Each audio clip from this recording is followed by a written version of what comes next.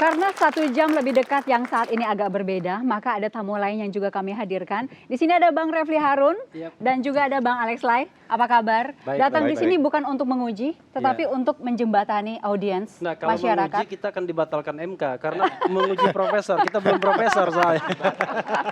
Baik, jadi bentuknya bukan menguji tetapi menyampaikan apa yang ingin diketahui dari masyarakat ya. Nanti ke Pak Mahfud. Sebelumnya kita lihat dulu ini ada beberapa cuplikan dari masyarakat yang menyatakan inilah beberapa PR dari Presiden Republik Indonesia berikutnya. PR Presiden 2014 yang paling pertama adalah gimana caranya buat perekonomian stabil.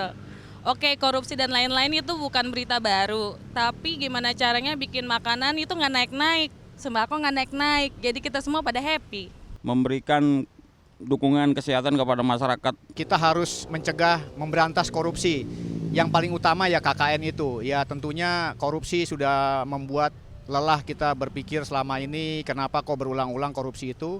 Jadi PR Presiden 2014 yang pertama korupsi, yang kedua adalah kesejahteraan masyarakat Indonesia, terutama bidang ekonomi. Saya prihatin dengan ekonomi Indonesia saat ini karena kita berbagai etnis, suku, kemudian juga banyak sekali penduduk masyarakat Indonesia yang di bawah garis kemiskinan. Menurut Bapak, tadi PR yang krusial yang disebutkan oleh masyarakat, mana yang harus diselesaikan? Itu mungkin karena saya pengalaman di bidang hukum. Bagi saya kunci semua itu termasuk kemiskinan, perekonomian, kesehatan. Itu kita sudah punya program yang bagus, anggarannya di APBN bagus sekali anggarannya. Tetapi semua itu gagal karena apa? Karena tidak ada penegakan hukum. Korupsi terjadi di mana-mana. Birokrasi kita tuh dari atas sampai ke bawah korup semua. Oleh sebab itu benar itu yang ketiga tadi yang mengatakan yang korupsi kuncinya. Kalau korupsi sudah diatasi, penegakan hukum bisa ditegakkan dengan benar, maka saya kira orang seperti Suparman yang sakit lalu tidak mampu bayar lalu dibuang oleh pegawai rumah sakit lalu mati di pinggir jalan. Itu kan sama sekali tidak menunjukkan negara kita ini berfungsi dengan baik. Kekayaan kita banyak, dikorupsi tidak apa-apa tapi orang dibuang di pinggir jalan. Itu nampaknya orang baru kaget sesudah itu terjadi. Banyak orang melahirkan, ditahan di rumah sakit. Anaknya tidak bisa dibawa pulang karena tidak mampu bayar. Harus di sini sebelum bayar, tapi selama di sini bunga, biayanya naik terus, uangnya tidak ada.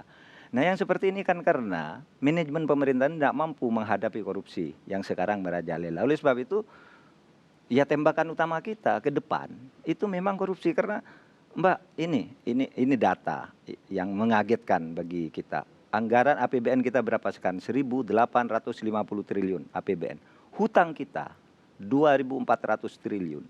Korupsi kita di satu bidang saja, menurut Abraham Samad hasil perhitungan KPK, di bidang migas saja 7.000 triliun, 4 kali APBN. Masih ada orang terlantar seperti itu. Masih ada orang 28 juta orang dalam hitungan konservatif, angka rendah Indonesia, 28.500.000 orang.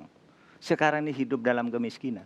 Kalau menggunakan ukuran Bank Dunia, orang miskin di Indonesia sekarang 108 juta. Baik. Anggarannya banyak, korupsinya 4 kali APBN-nya, gitu. Jadi itu bidikan pertama Bapak ya? Iya, harus di situ. Bagaimana aparat ini ditertibkan, korupsi dibersihkan, dan membersihkan korupsi itu hanya bisa dipimpin oleh orang yang bersih di atas. Baik. Tidak tersandra oleh apapun.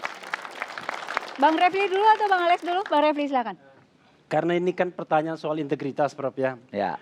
Prof kan pernah, ini sukar bagi publik mengatakan pejabat publik kita itu tidak pernah terima uang gitu ya. Entah itu suap, gratifikasi dan lain sebagainya.